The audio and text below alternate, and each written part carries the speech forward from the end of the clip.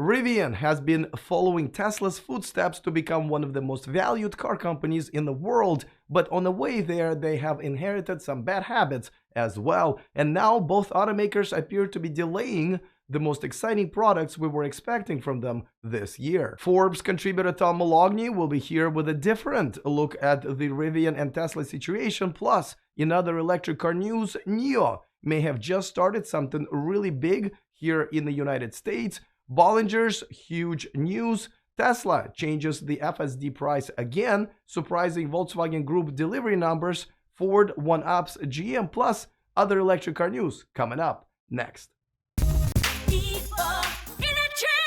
Welcome to E4 Electric. Don't forget to click on that subscribe button and the bell notification icon so you don't miss anything moving forward. First, thank you to all of you who wished me well as I lost my voice last week, which by the way is a great thing to do if you are a YouTuber covering CES, and I still don't really have it fully back, but I do sound less and less sexy with every day, so I am on my way to full recovery. But let's get to the top story. As Chevy Silverado EV got unveiled at the CES last week, the electric truck conversation has shifted to which one is better, the Silverado EV or the F-150 Lightning.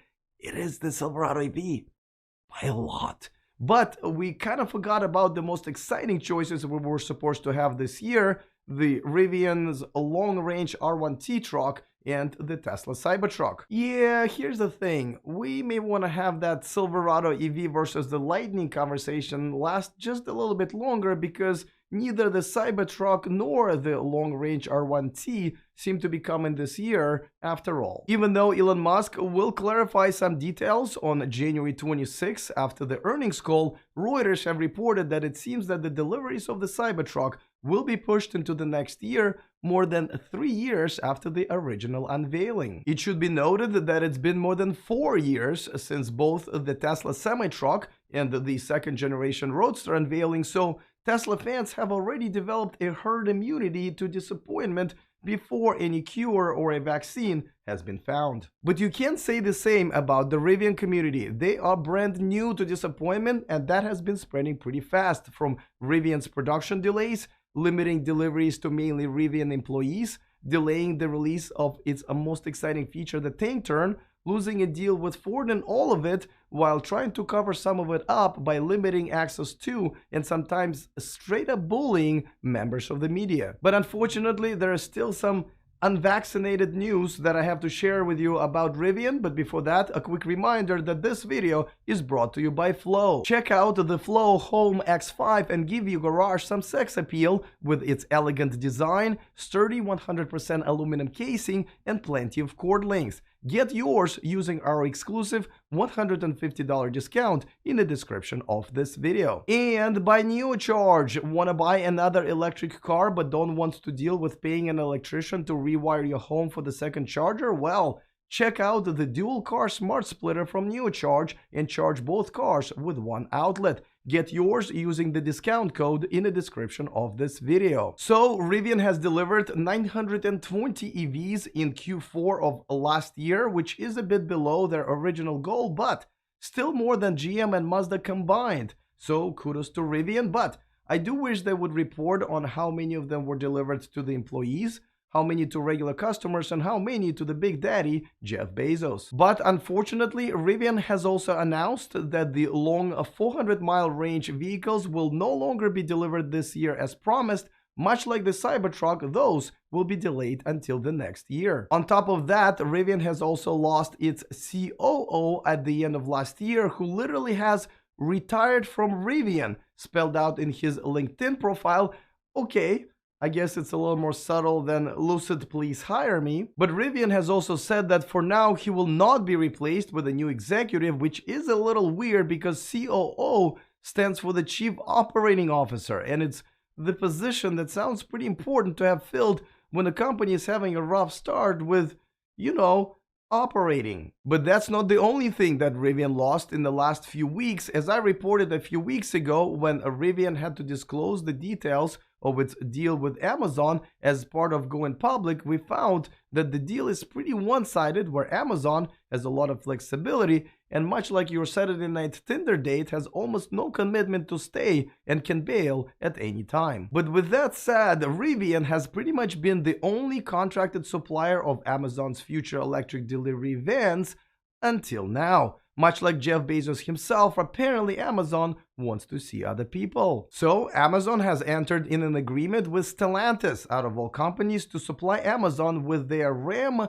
ProMaster all-electric delivery vans starting next year. Now, it's not unusual for such a giant as Amazon to contract with multiple automakers to supply vehicles, but the timing of this deal makes me wonder if Amazon is not happy with the direction or the speed with which Rivian is moving, which does echo their electric truck delivery delays and issues as we just talked about. Oh, those billionaires, always looking for a new pretty thing in town, full of energy, who's promising to take better care of their packages.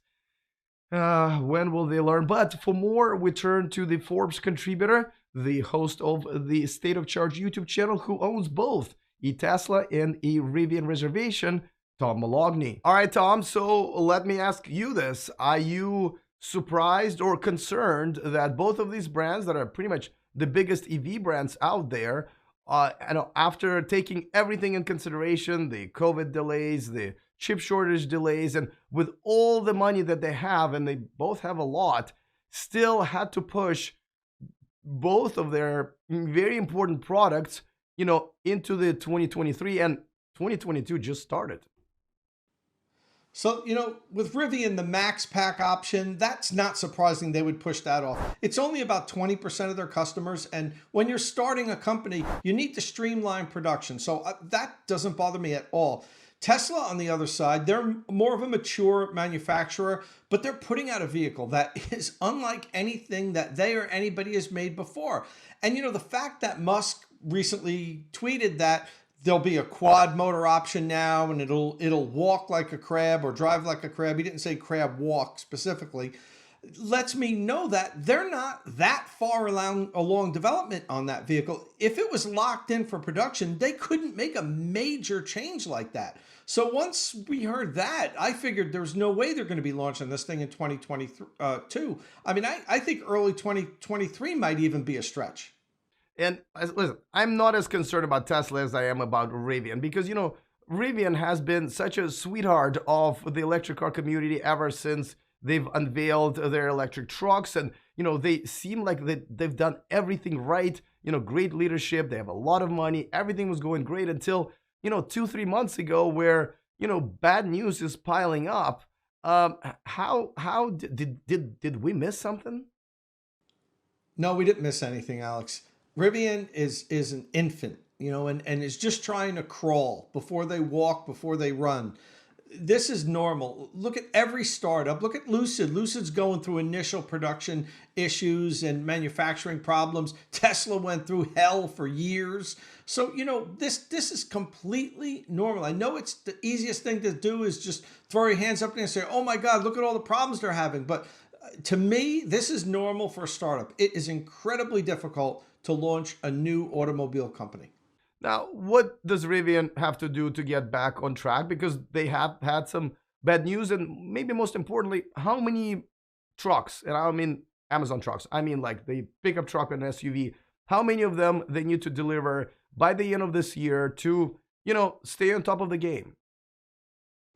So, it's hard to put a number on it, 15,000, 25,000. I'm not going to put a number on it. What I'm going to say is what I want to see, Alex, is consistent progress. I'd like to see the delivery numbers every month start to increase, go from 1,000 to 2,000 to 5,000 to 8,000 to 10,000. If we see consistent progress, if we see them ramping up and constantly delivering more vehicles each month, each quarter, then I think they're okay. But if they stall, if they start to ramp up, then all of a sudden the next quarter comes and they deliver 70% of the cars they did the previous quarter, that's more of a concern than me. These initial startup issues, I am really not that concerned with. It's natural for a company to have these kind of issues when they're launching their first vehicle. Now, for both of these companies, Tesla and Rivian, would you be surprised if there are more delays this year? No, I wouldn't be surprised. I hope there's no major delays. When you talk about delays, Is it software issues that they need to rewrite some code that pushes things back a month? Is it, small quality control issues? Those little things are going to happen. Absolutely. Rivian's going to continue to have small delays when they're launching their first vehicle. But major delays, that would be disheartening to find out. You would think by now they have all the major things ironed out, but small little issues, they're going to continue to have them, Alex. They're going to have them probably into the end of 2023. They're going to be constantly massaging things and making corrections. Tesla's still improving, Model 3 and Model Y. So that's just what happens, especially with these startups. Now, don't forget to subscribe to Tom's channel. That's right, he's got one of those. Who doesn't at this point? I put a link to it in the description of this video. Before we get to the next story, let's check out the grumpy comment of the weekend for the first time. It comes from exactly the same person as last week, under the username that had to be explained to me, Betty Swallox. Very clever, and Betty has already attacked my hair last week, and she came back with more this week by saying this. I have to admit that your hair is looking pretty thick and healthy. Are you going to have it professionally cut or just stay with it just get out of bed look? Get well soon, by the way. Now, first of all, Betty, what a wonderful blend of a compliment, an insult, and a fake sense of a concern in one comment. The balance of the ingredients is just delicious. Secondly, if I wanted to hear an insult on weekly basis from the same person, I would just start taking calls from my dad again. And lastly, you're just gonna have to get used to my hair because it is like Elon Musk. It is unpredictable. Not everybody likes it, but at the end of the day, it does not bend under any condition. Yes, my shea butter conditioner is pink. Let's move on to the next story, and I almost made this one the top story this week because of how important this could be for the entire industry. As you have probably heard Sandy Munro say on this channel and many other times, Chinese EV brands expanding to Europe and North America can be as huge industry disruptors in the next few years as Japanese expansion has been in the 70s and the 80s. It has now been reported that one of the successful up-and-coming Chinese EV brands, NIO, has just leased a pretty big campus in San Jose, California, only weeks after posting some job openings on LinkedIn that suggested that they may be preparing an expansion to the US after all. I should mention that NIO does currently have a small office in the United States, also in San Jose, which used to be much bigger, but a couple of years ago shrunk as NIO was indicating that it would stay as a China-only brand. But things have changed since then, and NIO, much like other young Chinese EV makers like Xpeng Motors and BYD, have started selling their electric vehicles in Norway, and NIO is planning to start sales in Germany, the Netherlands, Sweden, and Denmark in the next few months. NIO actually has 4 different models on the market this year: the ES6, the ES8, the EC6, and the ET7. It stands out from other brands with the only battery swapping network in the world, where a NIO car can get a new fully charged battery in just 3 minutes, and it's got a cute on-dash assistant, Nomi. I love Nomi. It's like having your own pet who you don't have to pick up the poop after or argue over when getting a divorce. If NIO and other Chinese EV makers enter the European and US markets, it can be a game changer. A Vietnamese automaker, VinFast, has done just that this month and will be selling their EVs in the US later this year. Getting back to pickup trucks now, some sad news from Bollinger, an electric pickup truck startup with a modest but charismatic CEO. Robert Bollinger has announced that they are no longer planning on bringing their electric pickup truck and the SUV to market, and instead will focus on the commercial delivery van, Deliver E.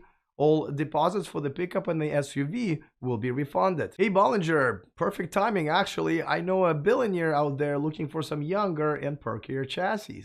Back to Tesla, and you've probably noticed that Tesla has aggressively raised prices multiple times for every single model in their lineup over the last year, but they're not done taking your money just yet. Elon Musk has announced this week that the full self-driving package, which is not at all full or self-driving, is going up in price by another $2,000. That's right, you'll now have to pay $12,000 to be Tesla's unofficial quality assurance tester of their FSD feature that's about 3 years behind schedule, but you'll only get that privilege of getting the feature you paid for if you also get a high score on Tesla's driving test. Who in the world is buying this?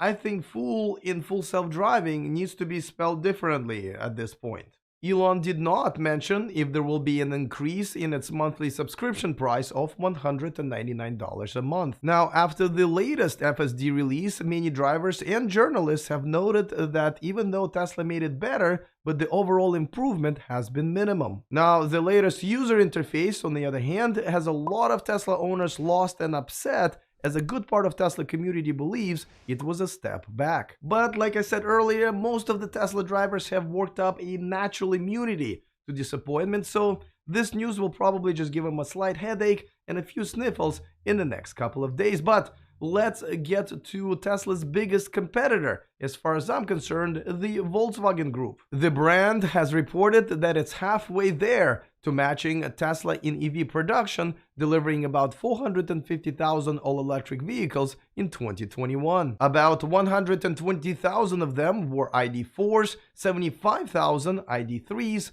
almost 50,000 Audi e-trons, and get this, over 40,000 of Taycans. Granted, Tesla will open 2 new factories later this year, but the Volkswagen Group is producing just the ID.4 in 5 factories and offer more EV models than Tesla already, with more launching this year. But the big news is that this year, once the Chattanooga, Tennessee factory, which I visited last year, opens up, the entry-level ID.4, which will be produced there, will become available at just $35,000 before the incentives. That's like less than 3 full self-driving packages.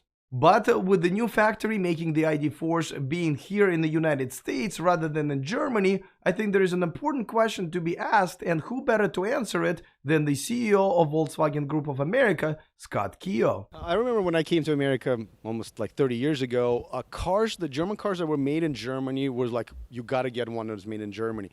Things have changed, right? What do you say to people to have maybe like concerns? Well, like, like right now I can buy one, like mine's made in Germany.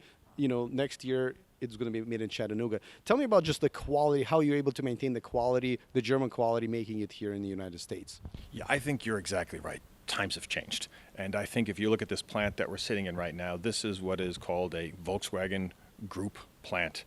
And the plant director that we have has built cars in South Africa, and he's built cars at 2 plants in China, and now he's building cars here. And basically the setup is identical. Ford has passed General Motors in the market cap value for the first time in 5 years, crossing $100 billion mark this week. This rise in value is credited to Ford's commitment to EV development and production, with the successful launch of the Mustang Mach-E and the high demand for the upcoming F-150 Lightning. It is of course nothing compared to around $1 trillion market cap of Tesla, but this did make Ford, at least for the time being, the 4th largest automaker in the world after only Tesla, Toyota, and the Volkswagen Group. The CEO of Rimac, Mate Rimac, showed off something very cool on his Facebook page the other day. The Rimac Nivera, charging at 333 kilowatts, which is the record for a production car. The car is actually capable of the max charging rate of 500 kilowatts, but so far, the highest number of kilowatts that a public fast charging station can deliver out there caps at 350. Don't forget to join me for my live subscriber hangout next week. If my voice allows, you can check the day, the time, and set the reminder right there on the homepage of my channel. All right, looking forward to all of your comments. Other than that, see you guys next time, and remember to stay charged.